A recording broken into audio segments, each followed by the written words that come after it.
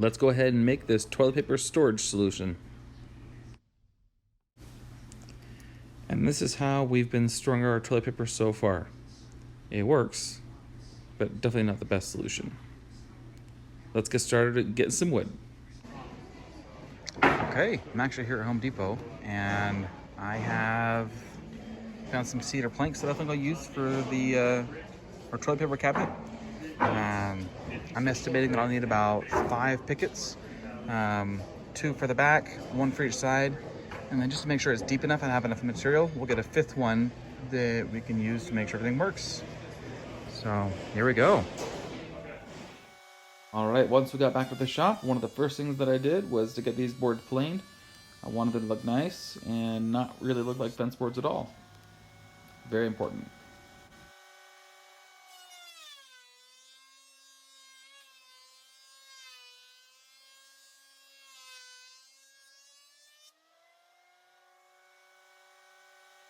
Now that we have these gone through the planer, we are good to start cutting these down to width. Although I did check in my mind at the store to make sure these were good pieces. This piece is cracked, and then this piece has some rot on it. So it's cracked there, it's cracked there, and there's some worm damage all throughout. So this one will probably end up being firewood or something very small. It's hard for me to trust it knowing there's all this damage. All right, and so here you can see me trimming up the ends so that the boards look good. Even that one board that has lots of rotten things, I still clean that one up as well, just in case I need a small piece of it. We'll be ready to go and I'll have a clean edge for us to work with. That way we can make better use of our time. One of the boards did have a crack, big enough crack that I wanted to have it removed. And so here I am cutting the board in half, and we're gonna cut out the crack and then glue the board back together. Okay, now that we have this all cut up on the table saw, we can start planning ahead for next phase 2. Right now, these boards, if we glued them together for the back, it'd be just about 10 1/4, which is great, because our goal was to have the interior about 10 inches wide. However, one thing we are dealing with is the fact that our wood, I don't know if you can tell, although I tried to be careful on the table saw, it's not completely flush, and I don't have a jointer, so if I squeeze it tight here, over here, it's already coming apart. So we're gonna fix that and go to plan B. What we're gonna do is we're actually gonna screw a piece of wood on over the top. The table saw blade will be just tall enough to cut through this wood, but not through our crossbeam, and that way we can have a flush cut right down the middle. That way when we glue together, it's gonna be perfect. I'll show you what I mean.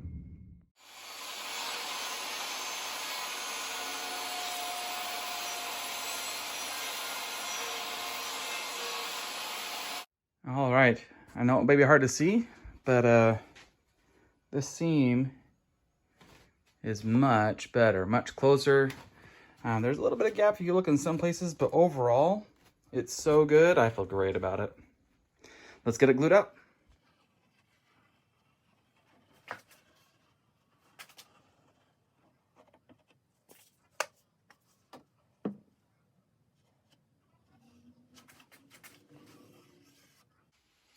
All right, now if you've ever glued flat panels together, there's always a chance that if you tighten things up too much, your panels will suddenly explode in your face.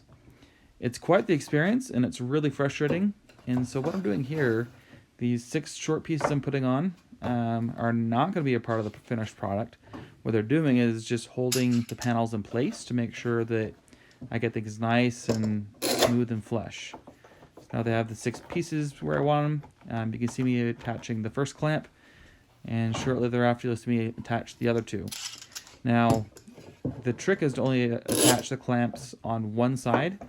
Once I get these 3 clamps on, then I can start putting all the other clamps on the panels to clamp them together. And once I have those on, then I'll put the last 3 clamps on to finish up. One thing you always want to be careful on, especially on cedar and other soft woods, is when you're clamping, if you are not careful, you can really leave a lot of clamp marks from your clamps. So these popsicle sticks are there to act as a buffer between the clamp and the wood to make sure I'm not leaving any more marks than I need to. Whether you use popsicle sticks or other pieces of scrap wood, it all does the same thing. Now that I have all the clamps on that I need, the final step of this clamping process is to clamp on all these smaller pieces to make sure they're all secure and snug. We want to make sure right where that seam is, it's nice and tight.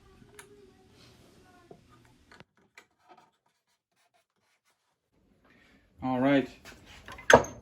I also decided to glue together those two long strips of cedar because I reasoned that they'll be more useful together than they would separate. So, alrighty.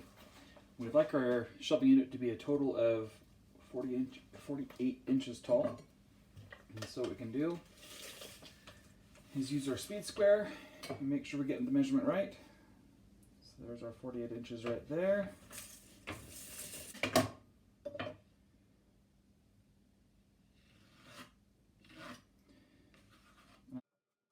All right, and now we're just cutting those two side pieces down to the 48 inches exactly. Now that we have the two side pieces measured and cut, we need to get the back also to 48 inches. So now that it's measured, we'll make sure we have a nice straight line, and then of course we'll get the actual cutting done.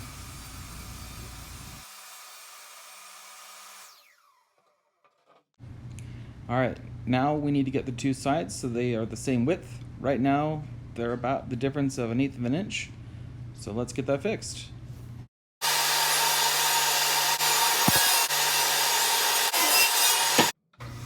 All right, next step is getting the dados cut in the sides. Now, I only have a single blade in my table saw, not a dado blade, so I plan on making two cuts to really make this work. One from this direction, and then we'll put the board on its side and do a second cut that way. It'll be perfect. Alrighty, we're just about set.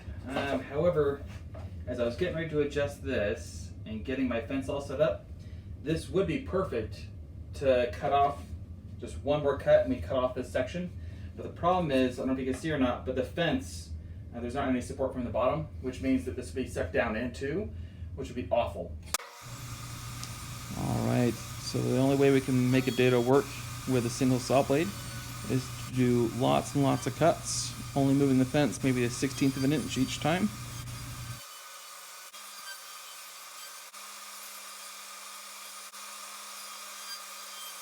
Okay, now the plan is, now that we got our dados cut on the sideboards, now we need to cut a dado in here for the bottom shelf. So now once we get that, we'll be set. In total, I probably made a dozen cuts here. I'm only showing 3. You're welcome. Alright, now we have a lot of the dados cut. The next step is for us to cut the dados for the very top piece that'll go in, which will be great. Alright, here I'm cutting the dados for the top piece. I'm only showing you the dado cuts for one of the cuts. The other two I did off camera. Alrighty, so we have all the dados cut out, which is great. This is going to make it so that our top piece can sit right in. It'll be well attached, and of course has a nice front. It's going to look really good. Okay, so now we're going to start sanding everything. I'm most concerned about the inside of the shelving unit, only because once it's all glued together, we can easily sand the outside. The inside, however, harder to sand later on. With it being cedar, there's a good chance it's going to get damaged or dented or scratched as we assemble.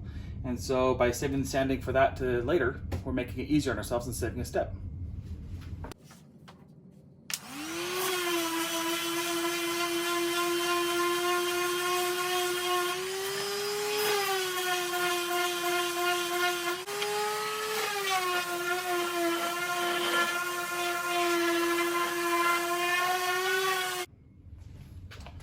Alright, we're ready to start gluing things together.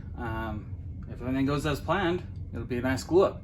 And if something goes wrong, well, we'll stop and adjust.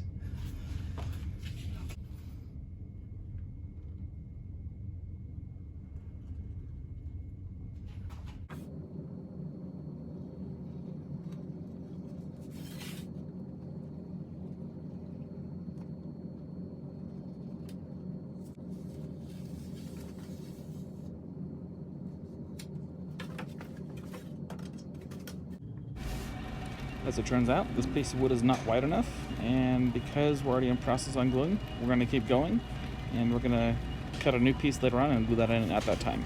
Because if we stop gluing now, what we already have glued is going to get messed up.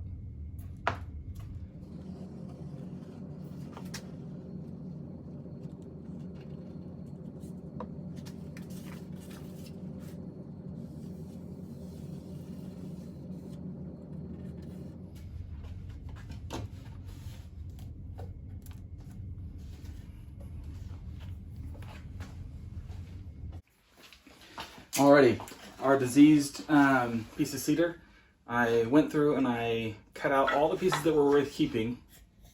Out of the whole board, this is what I got. But the good news, that's enough that if glued together, and then this will be able to fit for our very top piece that I mismeasured on. We'll be able to be great. And at this point, we don't have to go back to the store and buy anything. So that's a win.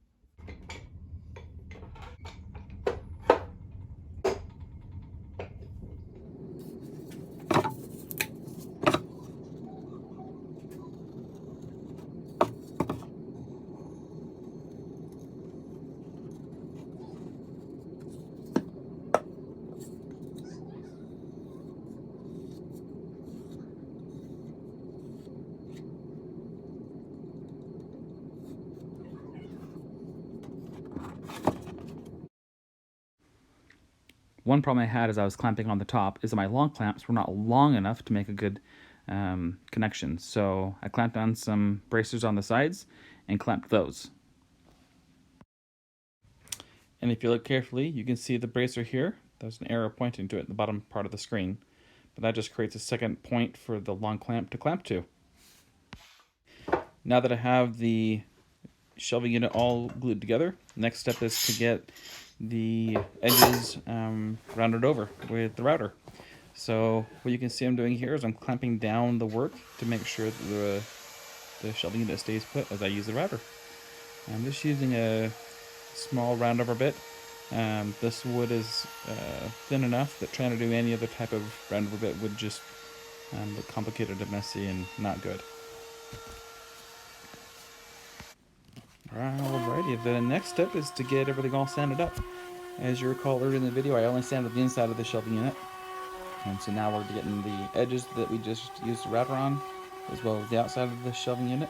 And yeah, once it's all sanded, our next step is then going to be the stain.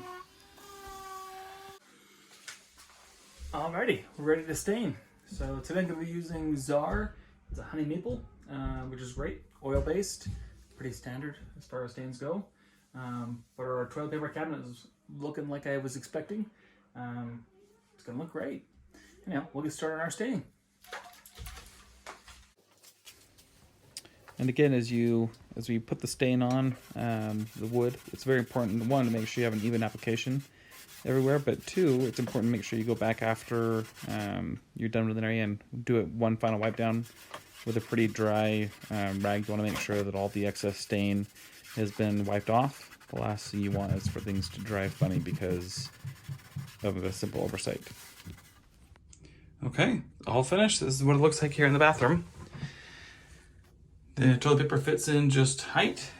This is only up to about right in the middle of my chest, which is perfect. Of course, here's what it looks like when the door is open. Again, fits the space perfectly.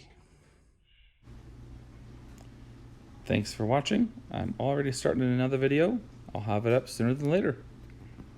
See you then.